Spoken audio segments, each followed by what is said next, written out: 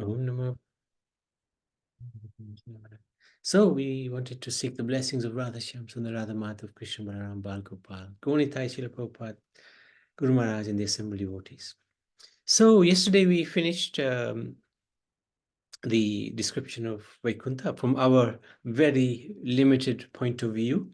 So far we have covered as much as we can. Golok, Krishna's Dham, Ayodhya, like the Haridham, which is Vaikuntha. Now we want to look at this Brahman, effulgence of the Lord. What is that all about?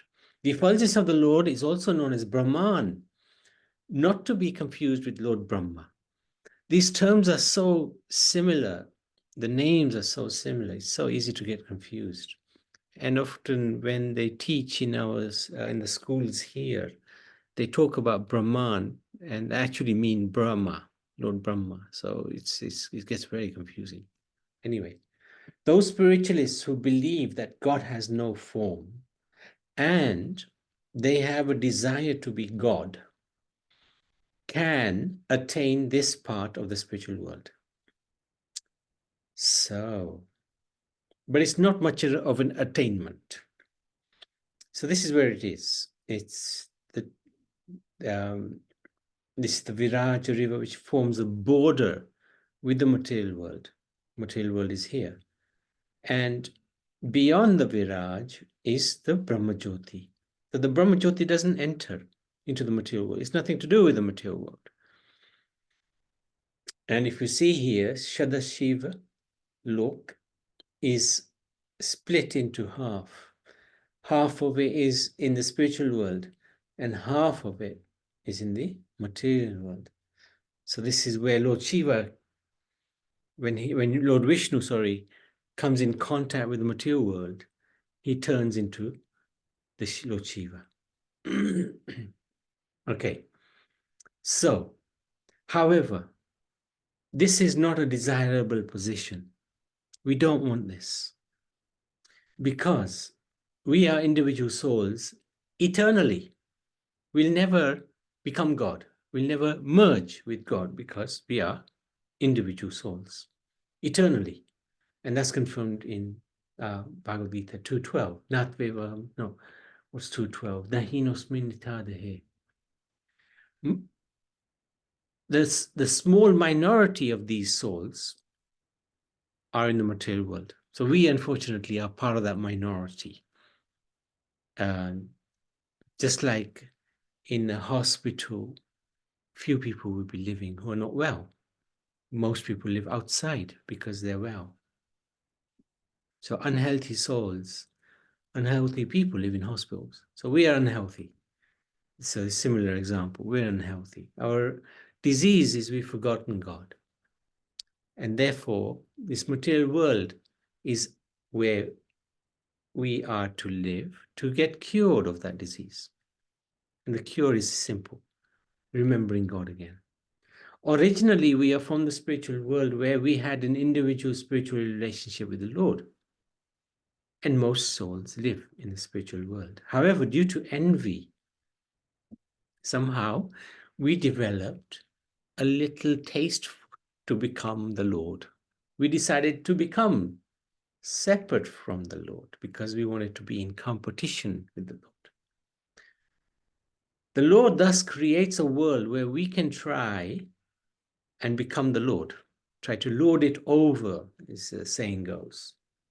Lord it over what? Lord it over nature, material world, lord it over this world, lord it over other people. Try to take control. However, this world is perfectly imperfect. Why is that the case? Or how is that the case? Well, no matter how hard we try to gain happiness, we can never achieve it. No matter what we have in our possession that we think is going to make us happy, will not make us happy. So it's perfectly imperfect. Imperfect because we'll never be happy in this world. And perfectly because no matter how hard we try, that happiness will always elude us. perfectly imperfect. There's no question of happiness in this world. And the soul is always frustrated due to the samsara of birth, death, old age, and disease. No matter how much one accumulates, there's something called death, which is a hard stop. Everything changes. Nothing changes. Nothing stays the same. Everything changes. So, completely is perfectly imperfect. Everything completely gets destroyed. And we have to start all over again. If, however, we reestablish our eternal relationship with the Lord, then we can return to our original position in the spiritual world. And the easiest way to do that, to reestablish that relationship, is to chant the Maha Mantra. Hare Krishna, Krishna Krishna, Hare Hare, Hare Ram, Ram Ram, Hare Hare. However, some spiritualists want to get out of the material world, but have no knowledge of the personal form of the Lord, or Bhakti Yoga. Or alternatively, they have a desire to become God, or to merge with God, the Brahmajyoti. So we have to understand there's three aspects to God, three aspects of Godhead. The Brahman, which is the formless aspect, the Paramatma, which is the soul who lives with every living entity in this material world. So that soul is an expansion of the Supreme Personality of Godhead, Bhagavan. So in this example, we can give an example which correlates with the material world. We have the sun deity, the sun surface, and the sunshine. Without the sun, there is no question of sunshine. The sunshine depends on the sun. Similarly, the Brahman depends on the Bhagavan. If there was no Bhagavan, there would be no sun, no Brahman. So, very important to understand that some people, some commentators in Hinduism believe that Brahman is the source of everything, even God himself, even Bhagavan. But actually, it is described in the Bhagavad Gita that that is not the case. And the verse is the last verse in chapter 14, which is Brahmanohi Patistaham. That's how it starts anyway. Where Krishna is saying that the impersonal Brahman is dependent on him, on his personality, personal form of God. So these three aspects of God, Brahman is an aspect of God, but it's not the complete aspect. The complete aspect of Godhead is Bhagavan, which is the personal form of God. Now, we're not limiting God by giving him a personal form. He's unlimited. But he also has a personal form, which is his ultimate aspect. Yes, Naniben? Hare Krishna, Prabhuji. It says, when you say Brahman, it says all-pervasive spirit, but it's not actually the sunshine, isn't it? It's sun's effulgence in the spiritual world. It is, but it's also seen as the all-pervading spirit. Although you're right, it is conscious. It is fully conscious, because everything in the spiritual world is fully conscious, and that's why it is regarded as the all-pervasive spirit. Yeah, but what I'm saying is about the sunshine, isn't it? It's a sunshine. It should be in the spiritual world, not in the what we see today on the sun. The sun shining. It's not the same, isn't it? Oh, it's not the same. It's not the same, yeah. Because that sun never sets. The Brahman never sets. It's perpetual. Here the sun sets. Is that what you mean? Yes, no, what I'm saying is that the sunshine that is referred after Brahman. Right. No, it's just the example. So the example is all pervasive, like the sunshine. He's situated in every living entity. That's like the sun surface. And then we have the sun God, which is the supreme person, which is in the example, it's likened to the Supreme Lord. So I just wanted to make others clear that it's not the sunshine that we see. It is only in the spiritual world that Brahman is there. Correct. Absolutely right. All This, pervasive, this yes. is just an example Yes. to give an idea of what we mean. Yeah. Very good point. Thank you. Thank you for clarifying that. Okay. This is the lowest stage of spiritual consciousness because there is consciousness, but there's no spiritual body or activity, just a frozen pulp. Not sure if that's the right example, but anyway. The soul may stay there for a very, very long time, billions of lifetimes of Lord Brahma. His lifetime in human years is a massive 311 trillion 40 billion years. But a jiva soul who is existing dormantly there will eventually fall from there. Why? Because the soul needs activity. Soul means activity. It cannot stay dormant to do nothing forever. It needs activity. So it can go two ways. One, by the mercy of a pure devotee, it can go to the spiritual world. But more than likely, it will come back again into this world to start acting again, to doing activities. And again, take a mature body in the mature creation. Soul feels lonely because there's no association. It's just merged with just some light. Of course, it's not ordinary light, it's the Brahma Jyoti. And comes back to do charity work. Even the Asuras attain Brahma Jyoti. So merging, it could be with demons. This is probably tongue-in-cheek because nobody can exit the material world unless one is pure.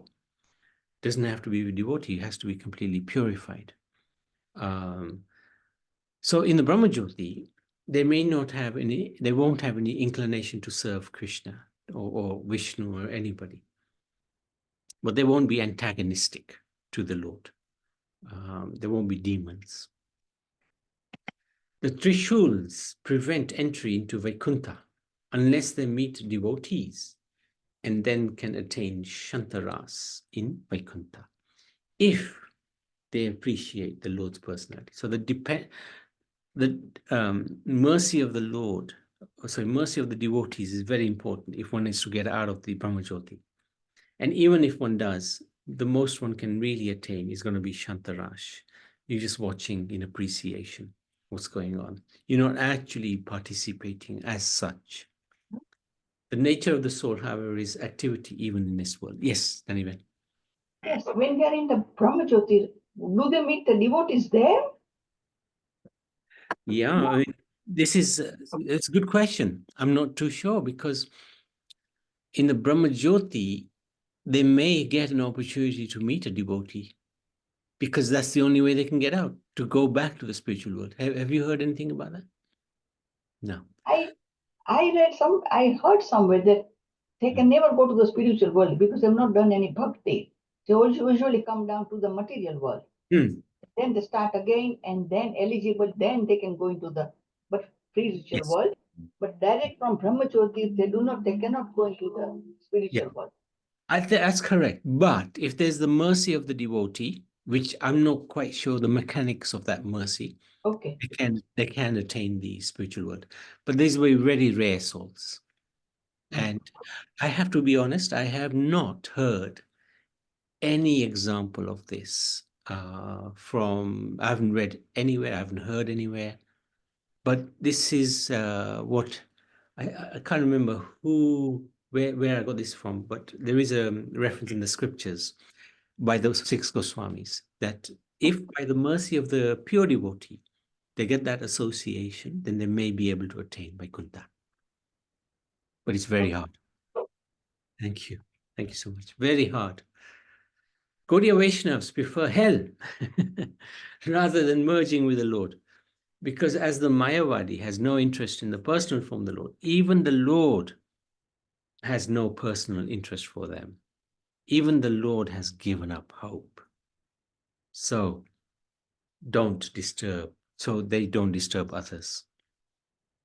So this is a really, the Lord to give up hope on somebody, that takes a lot of doing, because the Lord never stops trying to connect us with him.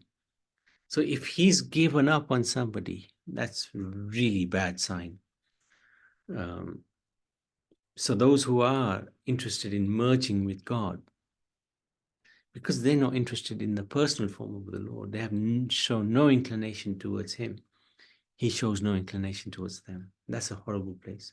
Even in hell, there's a chance of purification, because the Lord will send his representatives to save the fallen soul. So who goes to the Brahmajyoti? Which devotee would go there? It's difficult to sort of get the head around that. Not even sure who would even go there, because even the Lord has lost interest. So anyway, somewhere we don't want to go. Don't want to end up there. So that's Brahmajyoti. I think we might need to stop. But you might need to stop. I need to go to the temple today. So let's finish there. Any other points, Naniman or anybody?